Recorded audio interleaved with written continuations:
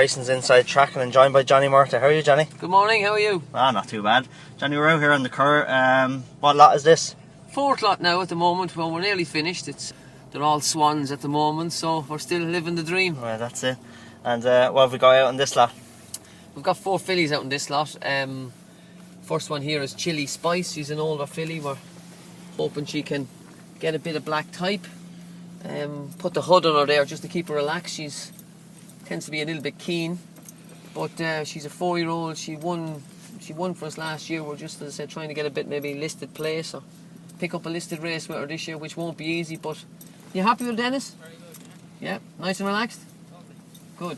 Good. And the young lad on her back rides well too. Yeah, Dennis is our apprentice. He rode, I think he rode 10 winners over the winter now. So he had a nice second for us last week. So he's a big future as well. That's good. This is a filly by Invincible Spirit called Inner Spirit. Young lad on board is Sean Bird. He's another apprentice. Alright, Sean. Yeah, good. Happy with her? Yeah, she was nice and relaxed. Relaxed? Good. That's a filly now by Invincible Spirit. A little bit on her toes, but she seems to be relaxing into the routine now, and you can see she's walking in nice and happy after her little canter around there this morning. Yeah. Well done.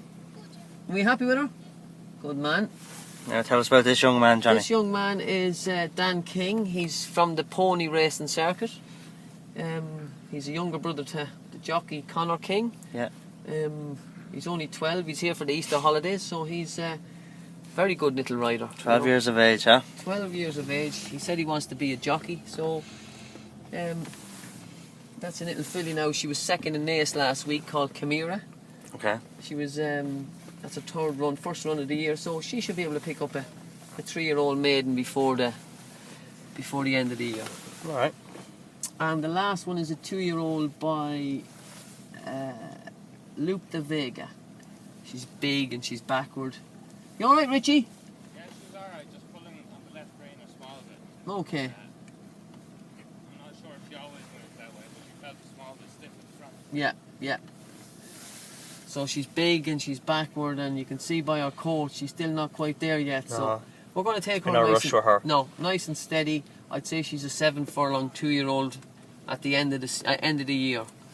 You know, but she has to do her canters now every day. She has to get into the routine of the place, and you know, I think she'll settle down as the year goes on and strengthen up. And Yeah. you know, we're hoping, being by Luke de Vega, bit of soft ground the end of the year, she'll be able to do something for us.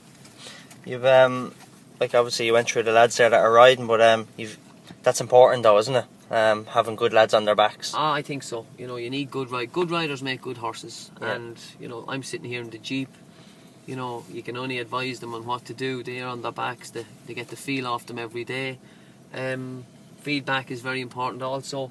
But I think we've got a good bunch of young hardy lads. You know, they're well able to ride. As I said, the more they ride, the more they're able to tell you. But I'd be very, very happy with the staff I have at the moment. And it is very important, and I understand with owners and the money that's involved, and it's not easy, but you're great for giving young lads a chance, aren't you? Well, you have to give them a chance. Now, it is tricky when you're, like in my position, I'm only starting off. You've only got 35 horses. Every one of them has to count. So, Yeah. you know, I'm hard on the young lads because I realise that, you know, this might be their only chance. Like Yeah. when you're giving them a ride, you're saying, listen, this owner, you know what I mean, he wants the best on board. I put your name forward, but you have to prove to him and prove to me that, you know, you can match it. But again, the claim is a huge importance as well. If you're claiming £7 or £5 off a horse, And you ride well. you've a great chance. Yeah. But again, they don't get as much leeway as the top jockeys. If a top jockey comes in and messes up on one, he might get another chance. Yeah. But as a young lad, no, they don't. They want a jockey on board. So it's tough on them. But I feel you have to give them chances. The more they ride, the better they'll get. But they need the rides. They need the rides To improve. to improve themselves. Then the day they're the future, aren't they? Yeah.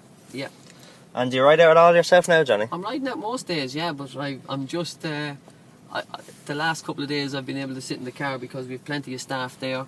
But yeah, I do ride out, and I would ride the odd bit of work, but I'm a bit heavy now, so I kind of, the lads are a bit too light for me. But no, if I wanted to know how one was going, or if I wanted to give it a little piece of work, I would still ride out. Now, your heavy to other people's heavy isn't heavy now, Johnny. Well, I've put on the stone since I finished riding, so I'm 9 stone 10 now. So, but it's not bad, as you said, and I can still manage. But if the lads are only 8.5 stone, and I'm 9 stone 10, it's a fair bit of a disadvantage to Yeah, that's true. to give the horses. So, but I would ride out, what, 5 days a week, or maybe 5 days every 2 weeks now that I'm plenty of staff on board.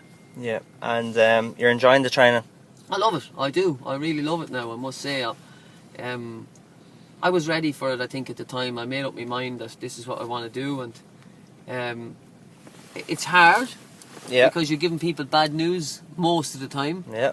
But it's when the ones, you know, you have them from a 2-year-old to come along, you plan out a campaign for them and to go ahead and win their race. I think it's a great feeling. It's a great feeling. But like the riding, it only lasts until the next one. Yeah. You know, it only lasts the next one. If the next one runs bad, you're thinking, Only as good as your last. that's it. And that's very much in the case in racing. But like, I know it's now training is what you love, and that's the future for you. But looking back on what you've done, you must be so proud of being able to look back on what you achieved, though. I have, yeah, and that's what you do. You don't probably appreciate it at the time. You're in the middle of it, and as I said, you ride a Group 1 winner on a Saturday, you get beaten on a Sunday, you forget all about the one you won, you're kind of more concentrating on the one you got beat. But it's only now that you're walking around the house and you maybe see a trophy or a picture in the house, and you can, you know, it brings you back to that great day. I can remember everything about it. So I had a brilliant career. I had 106 Group 1s. It's incredible, isn't it? I had, you know, I had a great career. I never broke a bone. Did you not? I never broke a bone. I broke my collarbone once skiing, so I never broke a bone in my career. And I know I was lucky. I was lucky to work with the people I worked for, and I just felt it was the right time to get out. Okay. Do you think like it's kind of similar to Mackay? It's easier to. I know it's not easy, but sometimes it's better to go out when things are good rather than when you're going bad, like sort of Well, thing. listen, there was lots of times when I was riding, I never really thought I was going to ride until I was 43. Yeah. You know, there was times in my career where I thought, I'll be lucky to make this year, I'll be lucky to make next year. So I didn't really realise, and I had one of the best years. I had one of the best years of my life. The year before You called it a day. yeah. So I'm not saying it was easier, but I was ready. I'd made up my mind. You knew. I was ready, because there's a lot of hard work. It's great riding the horses in Royal Ascot and Epsom and all that, but there's a lot of hard work goes in on the Monday to Fridays, watching me weight, keeping me weight down, and I knew what I had to do, and I wasn't prepared to do it, and there was no way I was going to half do it. And you did struggle with your weight, as everyone knows. Actually, listen, I was always watching me weight. I would lose 2 kilos every day. I would run the block. I had a sauna and a steam in the house, so I was losing 4 to 5 pound every day before I went racing, and didn't think much of it in the end. You know, that's what you had to do. That's your if job. you wanted to ride, that's what you had to do.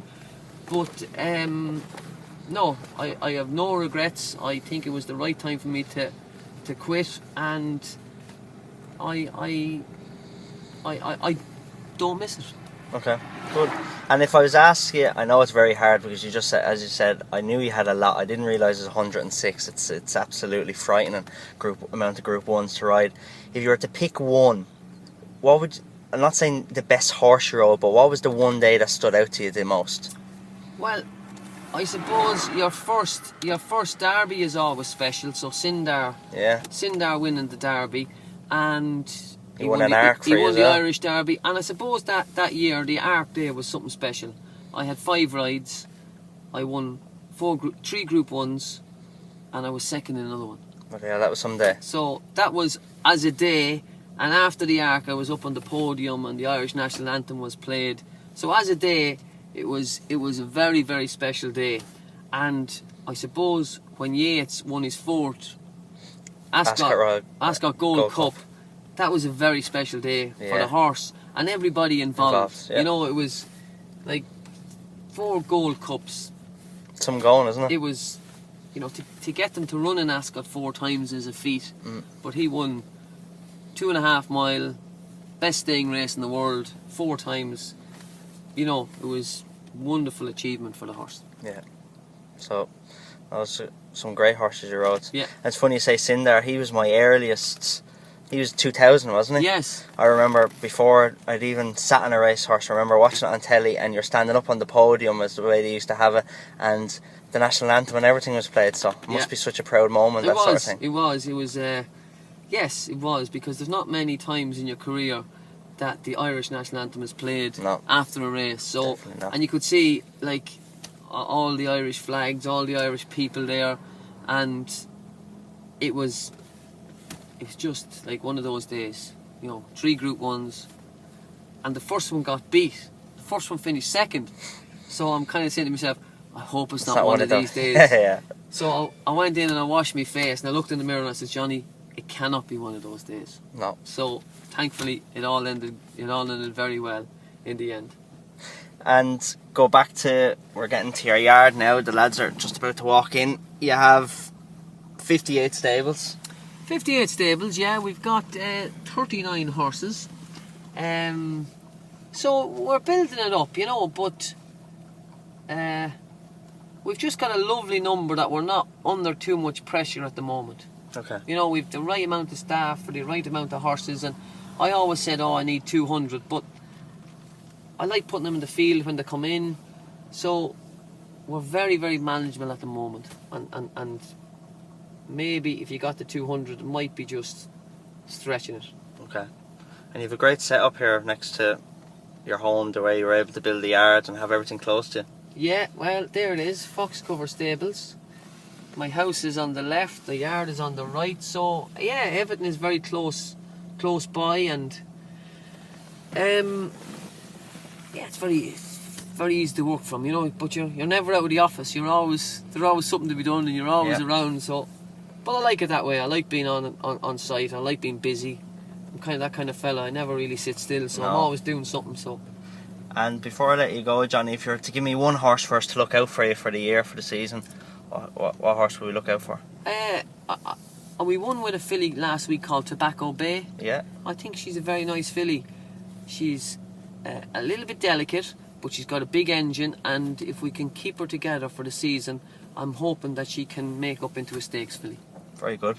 Well, listen, Johnny, best of luck for the season. Thanks for taking the time out, and hope you have a good year. Dave, thank you very much. Good to see you again. Thanks, Johnny. What's that?